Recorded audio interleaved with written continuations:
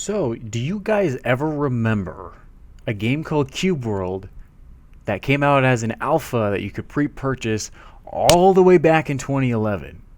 Because most people forgot, and I actually did too, but I did buy it and I did play the alpha, and it was fun. It let you join a whole bunch, like it was a huge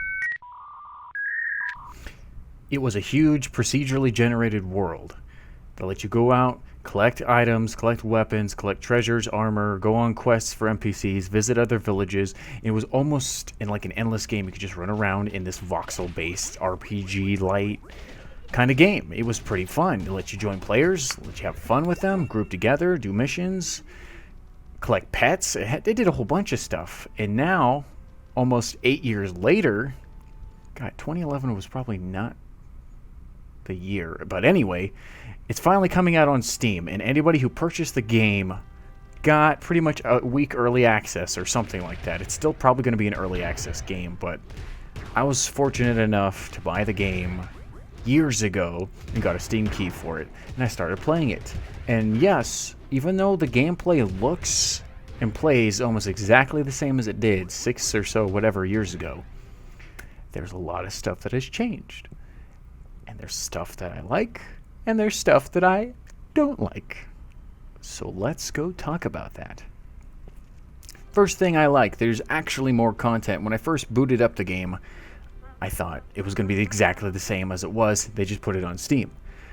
That doesn't seem to be the case. There are more weapons. It looks like there's a lot more armor variants. It looks like there's more customization for your characters, more hairs for each race. I don't know if there's any more races, but you can be more than just a human. You can be a human, elf, orc, goblin, skeleton, frog, and like 2 other things. There's a lot to do. There's a lot of customizability. There's more. There's not more, but there's more classes. No, there's more. There's classes in the game. There we go. Where you have warriors, rangers, mages, rogues, and I think that's it.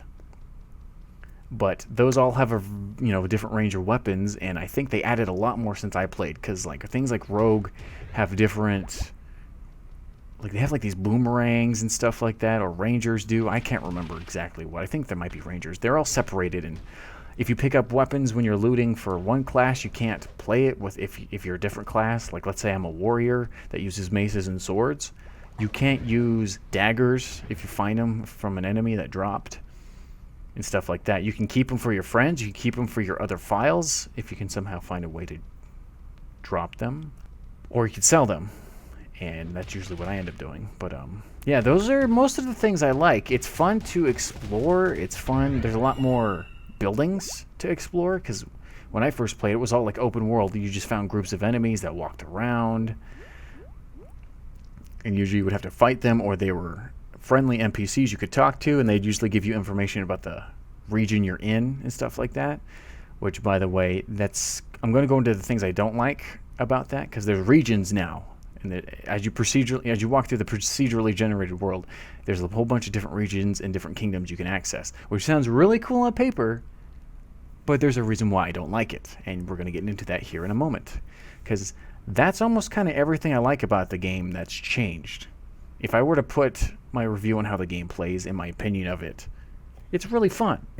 But I'm mostly going off the changes that are happening in this current version compared to the alpha years and years and years ago.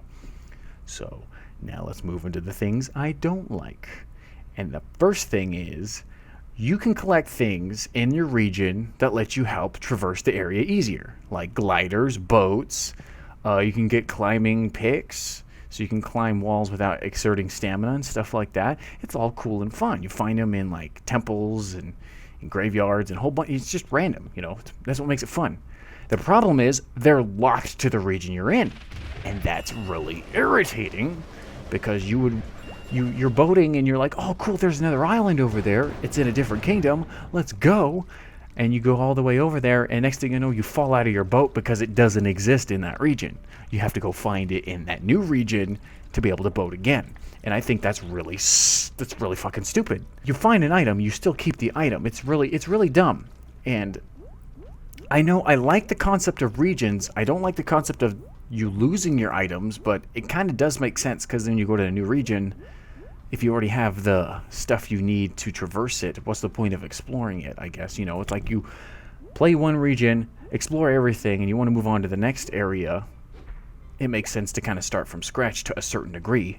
The only problem is regions aren't very big. They're only like 5 square kilometers a region. It kind of varies on how they procedurally generate it, and most regions only have like 1 or 2 villages, a castle or 2, and then like one big like 5-star enemy. And stars are another thing I need to actually talk to you guys about, because stars are rarities, and that's one thing I kind of don't like either. I like the concept of rarities. Rarities is how good your armor is and how good enemies are that you fight. So when you're traversing around, if you noticed in any of the gameplay I've seen, because I'm pretty sure I'm going to be blowing up some gameplay somewhere, you'll see stars above these enemies with colors. And 1 star, you know, is really weak. 2 stars stronger, 3, and as it goes up and up and up, it goes higher in the rarity, and enemies have more health, they have stronger attacks, and usually they attack the same, but other like NPCs that are like class-based usually have stronger weapons that can just melt you really fast. Now, I like this idea. The only problem is the way they scatter the rarities is kind of just all over the fucking place, because you could be outside of a village that you need to find, because when you first spawn, you spawn in the middle of nowhere, and you have to go find a village. So that's usually what the first thing you do. You zoom out and you kind of look on the map to see any village-like structures, and then you start heading for there. Well, on your way, you're probably going to find 1, 2, 4, 5 stars out of nowhere, or even outside the border in my case, where there are these mermaids that are enemies in the game, and they're 4 stars. You just started with your plain armor, and you walk up to them, or it's really hard to avoid them because they're like right in direct line of sight where the village is, and you get melted, and then you die. So that's one problem I don't like. I like see, this is going back to the concept. Sorry about this. Hey, this video is all over the place. I apologize. It's because there's so much on my mind about this game. It's nice to actually play it again, and I'm excited to see how they change things or how they don't change things.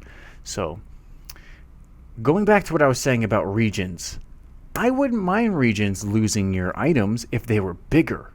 If I zoom out on the map, if I find footage of the map of me zooming out on the map and showed it all right here, if a region was literally like 50, 60, 70 square kilometers, I would be totally fine with losing items when you hit a new region, because there's so much to do in that region. You know, you can explore so much in that region when you finally find the item.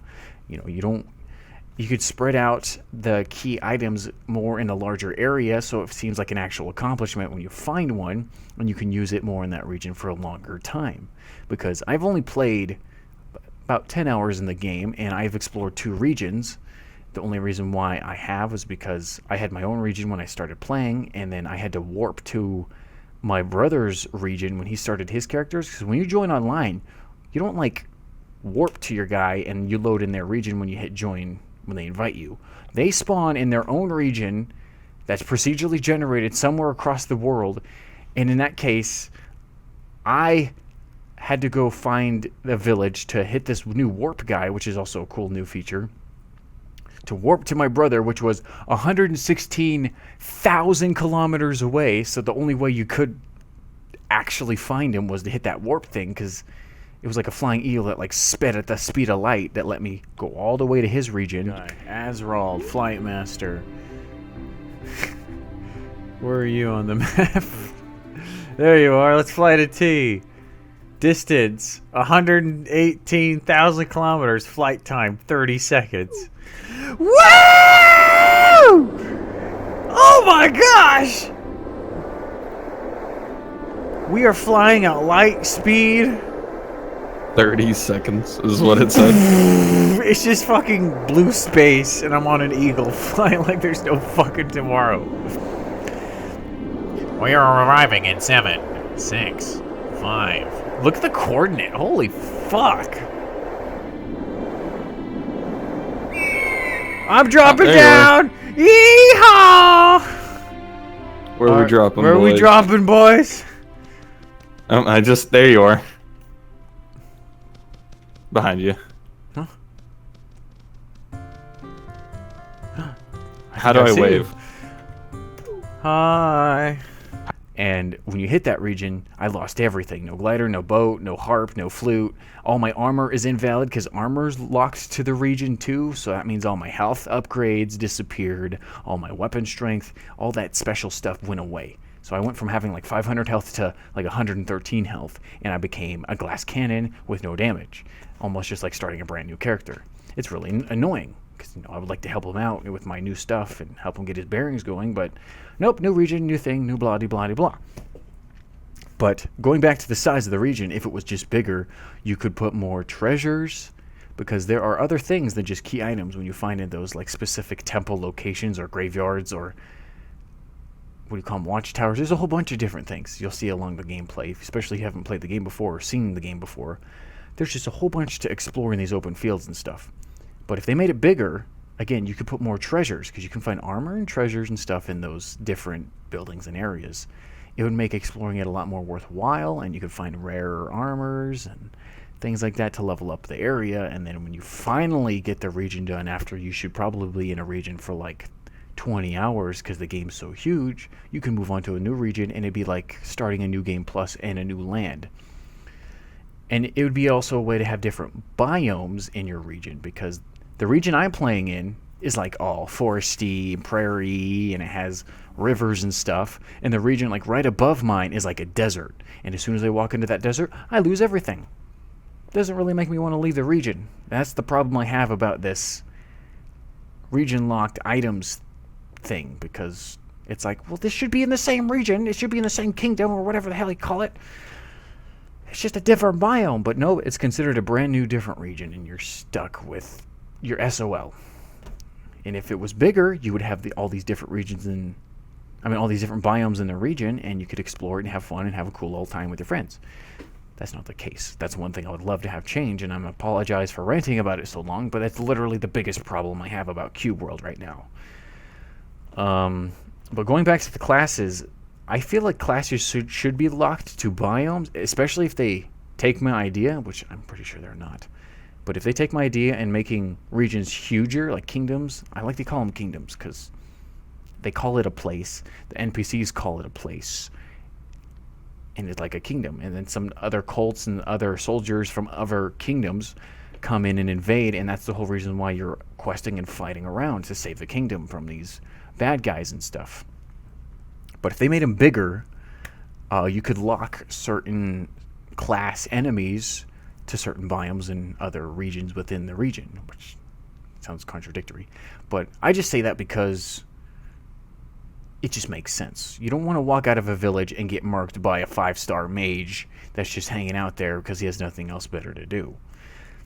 You would want weaker vegetable-like enemies, so you can get your bearings, and other people can get their bearings when they start playing, when you join them and stuff, and you can teach them how to play the game. Because it does take a while to learn the combat of the game. When I first booted it back up, I forgot everything about how to play, and you have ultimate moves, you have all that junk. But if you were to lock class-starred enemies to regions, it would help, because imagine if you were in a volcano area, and it was all volcanic and destroyed. Well, of course, these enemies are going to be a lot more brutal because it's a more brutal environment, thus they will be stronger. Things like that make sense. Or if it was a desert-type enemies would spawn, and they would accumulate the rarity then. If they burrow into the ground, of course, they're going to be harder to fight, so they're going to be a higher star enemy. Things like that just make sense, and I hope they can take some of that criticism into account, especially if they somehow see this video, which I don't think they will. Those are the biggest things I like and don't like about Cube World. Cube World is fun, especially if you get other people playing. I used to play with a group of 3 people back in the day, and we would be like, let's go to this specific area, and we get sidetracked along the way so much. And it was so fun to run around, especially if you can have more, if you can find a way to have a mega server and have a whole bunch of players running around and doing stuff and watching them. It'd be like an MMO, but it'd be a lot more organic and cool to see stuff like that happen. And I was going to wrap up this video, but I actually was just about to say, here's another thing I don't like. Again, it ties back to the regions, but there's like no fucking villages. I found 2 in my brother's region, because I'm still playing in his region even though he left, because I saved and it left me in his region. I can go warp back to my region and play it. But I was just messing around. I only found 2 villages in this region. and they barely have anything useful. I saw gameplay of the current version of Cube World that I'm apparently beta testing, and there's ways to get NPCs to give you quests so you can learn new recipes and level up, because the leveling up system is totally different than from what's from the alpha. I killed over 800 enemies by now with my current character. He's still level 1 because I didn't find any NPCs to give me. Apparently, your level is based off quests you do or something like that. So I was looking for enemies. I was looking for a whole bunch. I was looking for NPCs to do quests for and learn all this cool new stuff.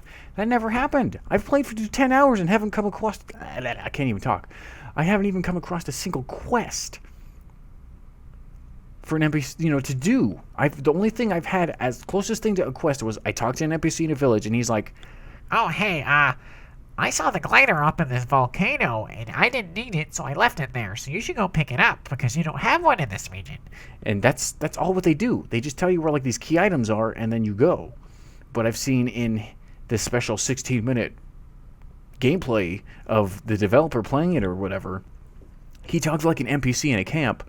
He gave him a quest. He did this thing. He came back to him, got a whole bunch of golden XP, leveled up, or something, I think, and got, like, a recipe for, like, better potions, better armor and stuff like that, because that's how you do it. All I can craft is the default armor. Any armor I found, I've killed from enemies or found in like watchtowers and castles and stuff, because that's all what I can do. Or I have to wait a next day in the village for the sellers to restock and stuff like that to hopefully have better armor, because the stuff you can craft is always so weak. But so yeah, that's another big problem too. I want to see more of that, but I haven't found any of that. I might have to go to a different region to even see stuff like that in the beginning. But I don't want to leave because I'll lose all my items and lose all my progress. Might as well just start a new character at that point.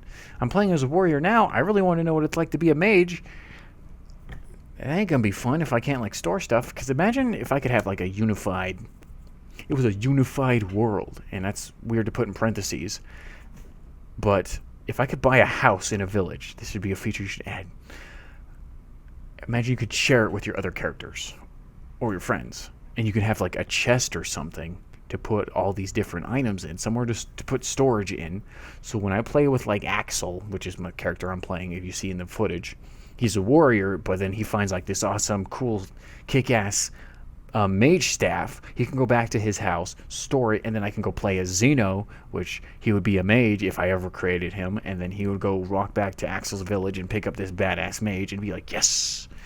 But as far as I know, you can't do stuff like that. It kind of break the game to a certain degree, but it'd be really cool to have all your characters unified together in a world, especially if you choose to have them all spawn in the same seed area. But there's a whole bunch of stuff that needs to be done with this game, I know. And I've been talking for way too long. But those are all the basic things I like and don't like about Cube World.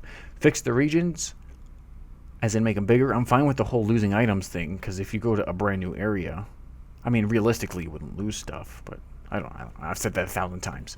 But yeah, there's my opinion of Cube World. Hope you enjoyed the footage. Hope you've enjoyed me ranting for almost 20 minutes. Of course, it's going to be edited down. And don't forget to like the video if you liked it. Subscribe if you think this content is cool. And I probably will be bringing more Cube World content soon. And I thank you if you've reached the end, because nobody ever reaches the end of the videos. So if you did, comment and said, yeah, I reached the end, because that's what I said. And I'm also planning on streaming Cube World every once in a while on Twitch, so be able to go to my Twitch channel.